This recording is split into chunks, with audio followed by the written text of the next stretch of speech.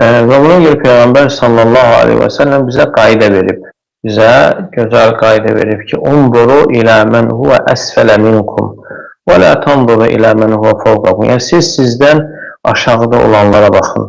Yəni sizdən yuxarıda olanlara baxmayın. "Fə innehu əcdəru ən la təzdəru ni'mətəllahi aleykum." Əgər belə etsəniz, Allahın sizə olan nimətini dəyərsiz və aşağı görməzsiniz.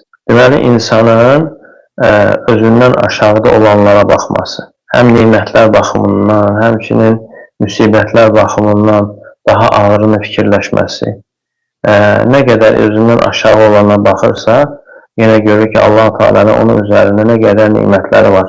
Və həmçinin müsibətlər üz verdiği zaman, xəstəliklər, insan daha ağırını fikirləşəndə, onda görür ki, yenə Allah-u Teala'nın onun üzərində qədər nimətləri. Yəni, ona görə insanın bu cür yanaşması, bu həm insanı şükrə aparan bir yoldur və eyni zamanda xoşbəxtliyi, qəlb rahatlığını qazanmasına səbəbdir.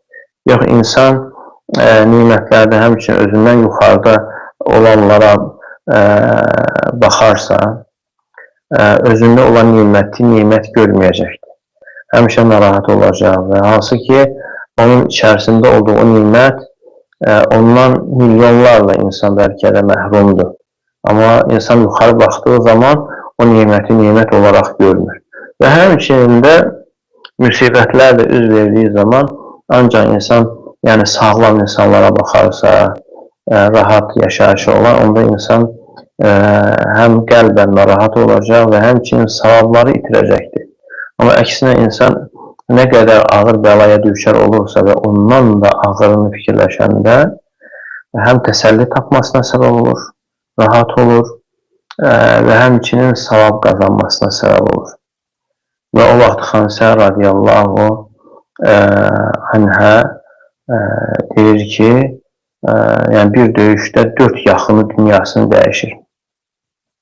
Əgər ətrafda çox sayda ağlayanlar olmasaydı, öz yaxınları üçün, qardaşı üçün, yaxud da əri üçün ağlayanlar olmasaydı, mən özümü öldürərdim.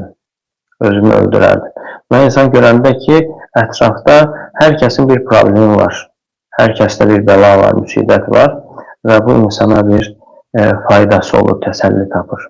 Yəni, bu dünyada insana fayda verir, amma ahirətdə fayda verməyəcəkdir. Necə ki, Allah Teala Quranda buyurur: وَلَنْ يَنْفَعَكُمُ الْيَوْمَ إِذْ ظَلَمْتُمْ أَنَّكُمْ فِي الْعَذَابِ مُشْتَرِكُونَ.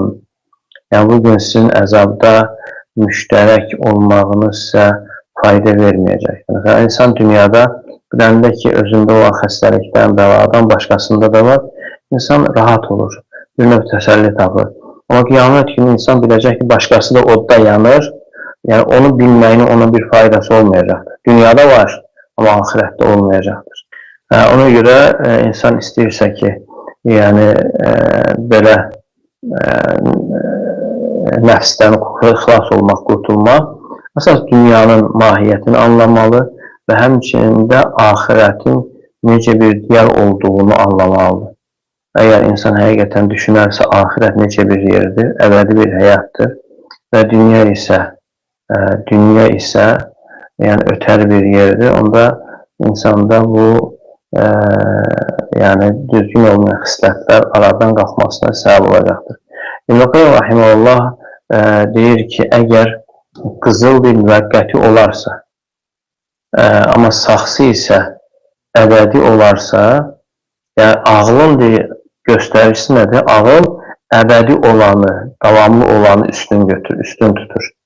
Baxmayaraq, qızıl daha qiymətlidir və saxsı isə dəyərsizdir, o qədər qiymətli deyil.